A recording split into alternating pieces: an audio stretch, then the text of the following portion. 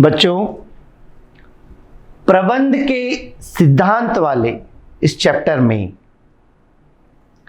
हमने प्रबंध के सिद्धांत का अर्थ देखा, उसके विशेषता, उसके महत्व देखे कि प्रबंध के सिद्धांतों से क्या आशय होते हैं। इन्हीं प्रबंध के सिद्धांतों से पहले हम एक बार प्रबंध के सिद्धांत की विशेष परिभाषा देखना चाहते हैं कि प्रबंध के सिद्धांत क्या है।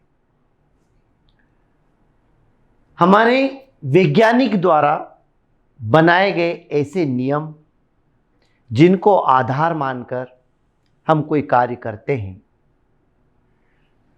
उसे काम करते करते धीरे धीरे वही नियम सिद्धांत बन जाते हैं और सिद्धांतों के आधार पर जब हम कोई कार्य करते हैं तो सत्यता की ओर बढ़ते हैं, सही मार्गदर्शन की ओर बढ़ते हैं। तो बच्चों, इस चैप्टर के अंतर्गत प्रबंध के दो वैज्ञानिक जिनको प्रबंधकीय वैज्ञानिक कहते हैं, एक हेनरी फेयोल और एक है एफ.डब्ल्यू. टेलर। इन दोनों के ही सिद्धांतों के बारे में हमें इस पूरे अध्याय में पढ़ना है। हेनरी फेयोल कौन थे? एफ.डब्ल्यू. टेलर कौन थे? इन दोनों के सिद्धांत क्या है? इन दोनों के सिद्धांतों में क्या समानता है और इन दोनों के सिद्धांत में क्या असमानताएं हैं, क्या अंतर है? तो इस चीज को हमें देखना है। तो बेटा, हम पहले पढ़ते हैं हेनरी फेयोल द्वारा। हेनरी फेयोल, बेटा हेनरी फेयोल जो थे, एक समृद्ध परिवार से थे और इन्होंने अपना पूरा जीवन एक उच्च स्तरीय प्रबंध पर गुजारा है। ये पूरे जीवन में एक प्रबंधक के रूप में रहे, हाई मैनेजिंग डायरेक्टर के रूप में रहे। तो हमेशा ये हाई पोस्ट पर रहे हैं, तो इन्हें इस बात का अच्छे से ज्ञान था कि प्रशासन कैसे होना चाहिए, काम कैसे करवाना चाहिए। तो इन्होंने अपनी एक पुस्तक लिखी जिसमें उन्होंने 14 सिद्धांतों का प्रतिपादन किया। हेनरी फेयोल को प्रबंध के सिद्धांतों का जनक कहा जाता है। पर ध्यान रखना, परीक्षा में प्रश्न आता है, प्रशासनिक प्रबंध के जन्मदाता हेनरी फेयोल। प्रबंध के क्षेत्र में हेनरी फेयोल क्रियात्मक दृष्टिकोण के प्रतिपादक थे, अर्थात ये हमेशा कार्य पर जोर देते थे कि किस प्रकार कार्य होना चाहिए, कुछ नया होना चाहिए। उनकी ये विचारधारा थी कि प्रबंध के सामान्य आधारभूत सिद्धांतों का ज्ञान प्रबंधकों को होना चाहिए। जो सामान्य सिद्धांत होते हैं उनका ज्ञान हर प्रबंधक को होना चाहिए। उनके मतानुसार प्रबंध की योग्यता भी किसी अन्य तकनीकी योग्यता की तरह अर्जित की जा सकती है। टेक्निकल नॉलेज जैसे हम सीखते हैं, कोई तकनीकी ज्ञान हम सीखते हैं ट्रेनिंग के माध्यम से, तो उन्होंने कहा है कि प्रबंध की ज्ञान भी आप अर्जित कर सकते हो, अर्थात प्रबंध की प्रशिक्षण लेकर के, कोर्सेस करके आप एक अच्छे प्रबंधक बन सकते हैं। अपनी विचारधारा, विचार दृष्टिकोण को बदल सकते हैं और किसी भी संस्था, किसी भी संगठन का अच्छे से अच्छा आप प्रबंध कर सकते हैं, मैनेज कर सकते हैं। तो प्रबंध का पहला सिद्धांत principles of division of work, कार्य विभाजन का सिद्धांत,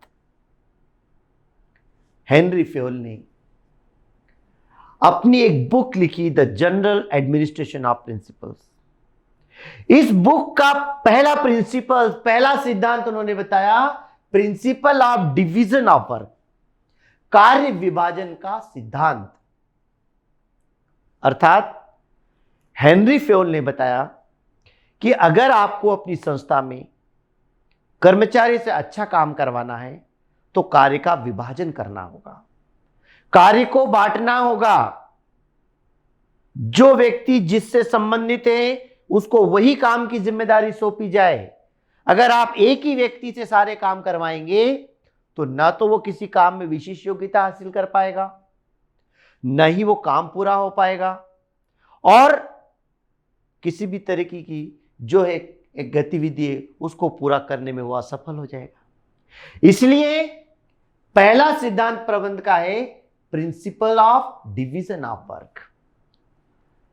उदाहरण के लिए आपके ऑफिस में एक प्यून है, अब आप उस व्यक्ति को बैंक भी भेज रहे हैं, ऑफिस का भी काम करवा रहे हैं, पानी भी भरवा रहे हैं, बाहर भी भेज रहे हैं। जब वो बाहर जाएगा तो यहां का काम रुक जाएगा, यहां करेगा तो बाहर का काम रुक जाएगा। ऐसी दशा में वो व्यक्ति अव्यवस्थित तरीके से काम करेगा और आपका भी काम सही तरीके से हो नहीं पाएगा। इसलिए फेयोल ने बताया कि अगर आपको सही तरीके से काम करवाना है तो काम का विभाजन करना होगा, डिवीजन ऑफ द वर्क, अर्थात हर डिपार्टमेंट के अनुसार अलग अलग प्रबंधक। एक ही प्रबंधक को सारे डिपार्टमेंट नहीं सौंपना, हर विभाग का एक प्रबंधक होना चाहिए, हर प्रबंध के अंतर्गत कार्य होना चाहिए और वहां पर हर व्यक्ति अलग अलग अपने अपने पद पर नियुक्त होना चाहिए। तो इस प्रकार अगर आप एक व्यक्ति को एक ही काम देते हैं तो वह अपने काम में विशेष योग्यता हासिल करेगा, काम में क्वालिटी आ जाएगी, समय कम लगेगा और उसका फायदा, उसका लाभ संगठन को भी मिलेगा और वो कर्मचारी है उसका भी खुद का विकास होगा। तो पहला सिद्धांत हेनरी फेयोल द्वारा प्रतिपादित किया गया है कार्य विभाजन का सिद्धांत, डिवीजन ऑफ वर्क। दूसरा principles of authority and responsibility, अधिकार एवं दायित्व का सिद्धांत। अधिकार और दायित्व का सिद्धांत क्या कहता है? अगर किसी संस्था के अंतर्गत आपको अच्छे से अच्छा काम करवाना है तो जो काम करने वाले कर्मचारी हैं उनको अधिकार, अथॉरिटी, पावर देना होगा और पावर के साथ साथ उनको अपनी रिस्पॉन्सिबिलिटी, अपनी जिम्मेदारी और काम की जो है लायबिलिटी समझाना होगी कि आपको कौन सा काम करना है, किस तरीके से करना है। काम करने वाले कर्मचारियों को अपने अधिकारों का प्रयोग करना आना चाहिए, अधिकारों के आधार पर काम होना चाहिए और अधिकार के साथ साथ दायित्व, जिम्मेदारी होना चाहिए, लायबिलिटीज होना चाहिए। तो अधिकार एवं दायित्व का सिद्धांत ये कहता है कि अलग अलग अथॉरिटीज, अधिकृत व्यक्ति अपॉइंट किए जाएं, उनको अधिकार दिया जाए, अथॉरिटी दी जाए कि जब वो काम कर रहे हैं तो उनको उनका काम करने की स्वतंत्रता दी जाए, उनको कुछ पावर दिए जाएं और पावर के साथ साथ उनको अपनी जिम्मेदारियां भी बताई जाए। जब कर्मचारी अधिकार का प्रयोग अपने उत्तरदायित्व को निभाकर करता है तो उसका लाभ संस्था को मिलता है। यही प्रबंध का सिद्धांत है कि अधिकार का प्रयोग करें, अधिकार के साथ कार्य करें, अपनी जिम्मेदारियों को निभाएं। अगला सिद्धांत अनुशासन का सिद्धांत, प्रिंसिपल्स ऑफ डिसिप्लिन। बेटा फेयोल का तीसरा सिद्धांत है अनुशासन। अनुशासन का मतलब होता है नियमों के अंदर रहकर के काम करना। किसी भी संस्था के अंतर्गत जो नीति, जो नियम बनाए गए हैं उन नियमों का पालन करना, उन अधिकारों के, उन नियमों के अंदर रहकर के काम करना और उच्च स्तर के अधिकारियों द्वारा जो निर्देश दिए जाते हैं उनका पालन करना, अपनी जिम्मेदारियों को निभाना, यह कहलाता है अनुशासन। बेटा अनुशासन के बगैर जीवन पशु के समान होता है। जब तक डिसिप्लिन नहीं होगा, अनुशासन नहीं होगा, नियमों के अंदर रहकर के आप कोई काम नहीं करेंगे तो वो संस्था अपने लक्ष्य को कभी हासिल नहीं कर सकती। इसलिए अनुशासन बहुत जरूरी है। अनुशासन ये सिखाता है कि हम नियमों का उल्लंघन तो नहीं कर रहे हैं। अनुशासन ये सिखाता है कि उस संस्था के लक्ष्य को प्राप्त करने के लिए हम उन नियमों के अंदर, उन कानून के अंदर रह करके काम करें, उसे अनुशासन कहते हैं। तो फेयोल का यह सिद्धांत है कि हर संस्था के अंतर्गत डिसिप्लिन मेंटेन होना चाहिए। जो उन्हें काम करने के लिए दिया गया है वो समय पर काम हो, जो नीतियां बनाई गई हैं नीतियों का सही तरीके से पालन हो, जो उच्च स्तर के अधिकारी ने कोई आदेश दिया है, कोई काम करने के लिए दिया है, उसका पालन हो। इसी को अनुशासन बोलते हैं।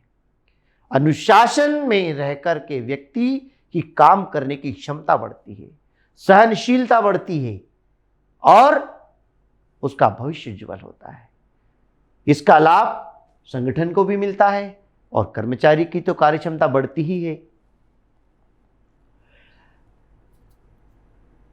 अगला सिद्धांत, आदेश की एकरूपता का सिद्धांत, principle of unity of command. आदेश, एक संस्था में हम देखते हैं कोई कर्मचारी काम कर रहे हैं, उनके ऊपर सुपरवाइजर है, सुपरवाइजर के ऊपर मैनेजर, मैनेजर के ऊपर deputy manager, chief executive officer, ऐसे हर व्यक्ति के ऊपर एक अधिकारी होते हैं, उच्च स्तरीय अधिकारी होते हैं।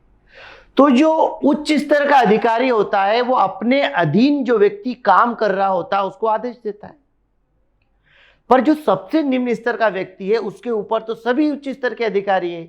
अगर हर व्यक्ति उसको आदेश देने लगेगा तो वो कंफ्यूज हो जाएगा कि काम कैसे किया जाए।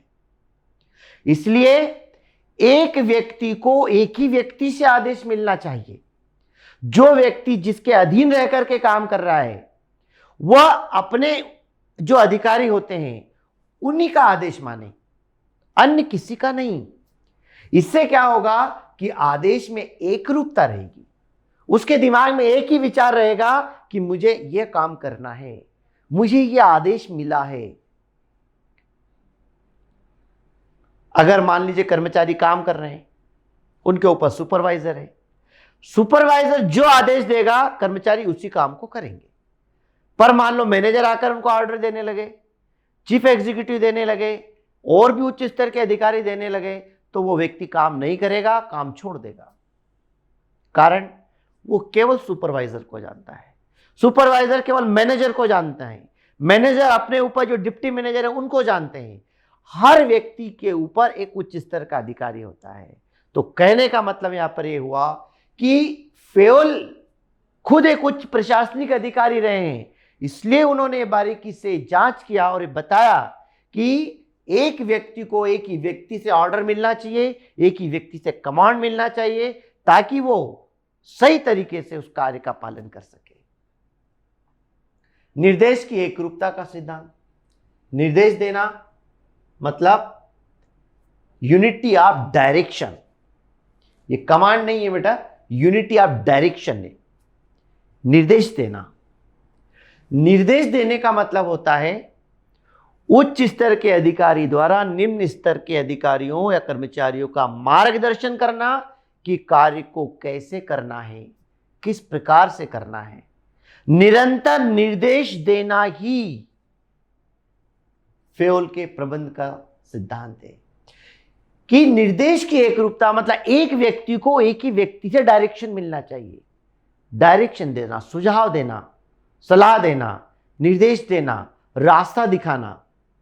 पर एक व्यक्ति को एक ही व्यक्ति से मार्गदर्शन मिलेगा तो वो निश्चिंत होकर उसका पालन करेगा।